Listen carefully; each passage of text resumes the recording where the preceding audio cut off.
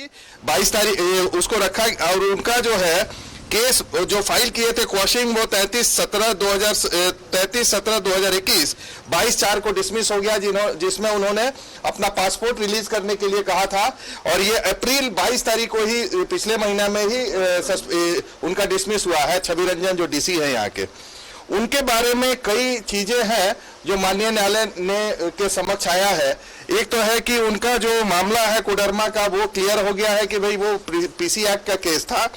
दूसरा ये है कि एसीबी को बोला गया है, एसीबी इसमें एफिडेविट जो है किसी कंपिटेंट अथॉरिटी को ही करना चाहिए, ऐसा माननीय न्यायालय ने कहा है आज। तो ये क्लियर हो गया है कि आज का जो है वो डेफर हुआ है because mister Sibal has said कि वो जो है उन्होंने एक एसएलपी फाइल किया ऑनरेबल सुप्रीम कोर्ट में, जो लास्ट ऑर्डर है उसको चैलेंज किया है। उसके बाद से जो है जो मेरिट पे बहस है वो मेरिट पे आज बहस नहीं हो पाया, इसलिए क्योंकि एसएलपी ऑनरेबल सुप्रीम कोर्ट में पेंडिंग। एसएलपी 2 मामले में उन्होंने फाइल किया होगा। हमको लगता है कि 2 मामले में ही फाइल हुआ होगा, 2 मामले साथ चल रहे थे, 4290 और 727। क्या मैटर है? और ये मैटर है जो शेल कंपनीज वाला था और था माइनिंग का मुख्यमंत्री जी का, उसके बारे में। तो ये सारे मैटर जो है वो अब ऑनरेबल सुप्रीम कोर्ट के पास है। कल सुनवाई होने की उम्मीद है वहां पे, जैसा मिस्टर सिब्बल ने कहा, हो सकता है कि कल सुनवाई हो। उसके बाद से इसको रखा गया, सैटरडे वर्किंग डे नहीं था, सैटरडे को ही माननीय न्यायालय इसको रख रही थी सुनने के लिए ऑन मेरिट, लेकिन वो उन लोगों का कहना है कि सैटरडे जो है एडवोकेट जनरल का कहना है कि वो उस दिन छुट्टी है, इसलिए उसको डेफर कर दिया जाए। इसको रखा गया है ट्यूसडे को।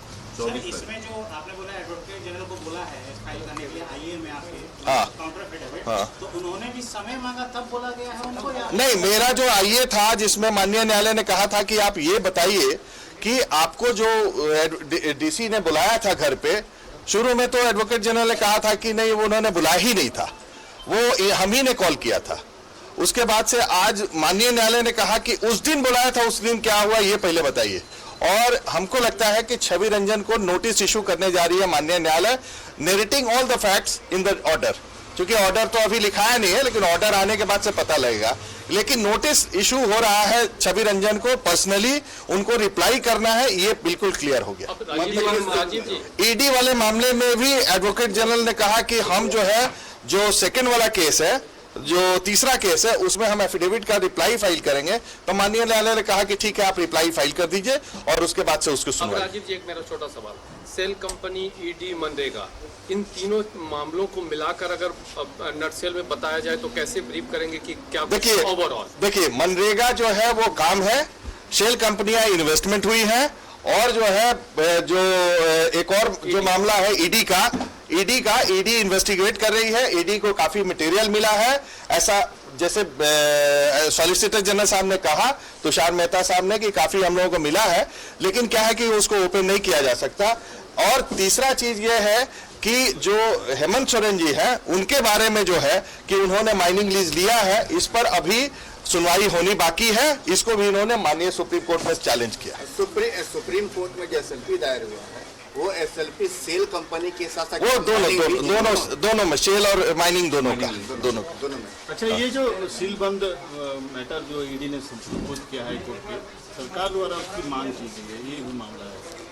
ऑनरेबल सुप्रीम कोर्ट का पूरा सॉलिसिटर जनरल ने कहा कि ऑनरेबल सुप्रीम कोर्ट का बिल्कुल क्लियर है, जजमेंट्स है कि जो भी इन्वेस्टिगेशन प्रोसीड कर रहा है उसमें सील कवर जो है वो only for perusal of the court, not for general public, because it effects the investigation.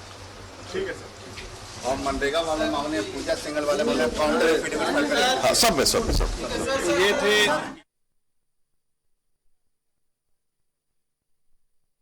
Kumar साहब जो अभी लंबी सुनवाई के बाद यहाँ पर आए। कितने देर चली सुनवाई? सुनवाई हम समझते हैं कि 10:40 से शुरू हुआ और अभी जाके 12:30 बजे खत्म हुआ। ये बार समय पहले 21 का आया, फिर 24 हो गया, इसमें क्या क्या हुआ? देखिए, समय तो टाइम लगता है, इसलिए कि बड़ा मामला है। जब तक सभी पक्षों को सुन नहीं लिया जाता है तो ये प्रॉपर नहीं होगा ऑनरेबल कोर्ट के लिए कि उसमें फाइनल ऑर्डर पास करे।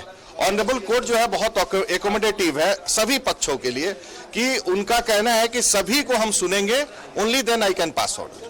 राजीव जी अभी इधर हम लोग राजीव जी, आज 3 महत्वपूर्ण मामले थे। लीज मामला था, मनरेगा मामला था और साथ ही सेल कंपनी का मामला। क्या सुनवाई में क्या हुआ? देखिए आज जो है शुरुआत तो हुई उसमें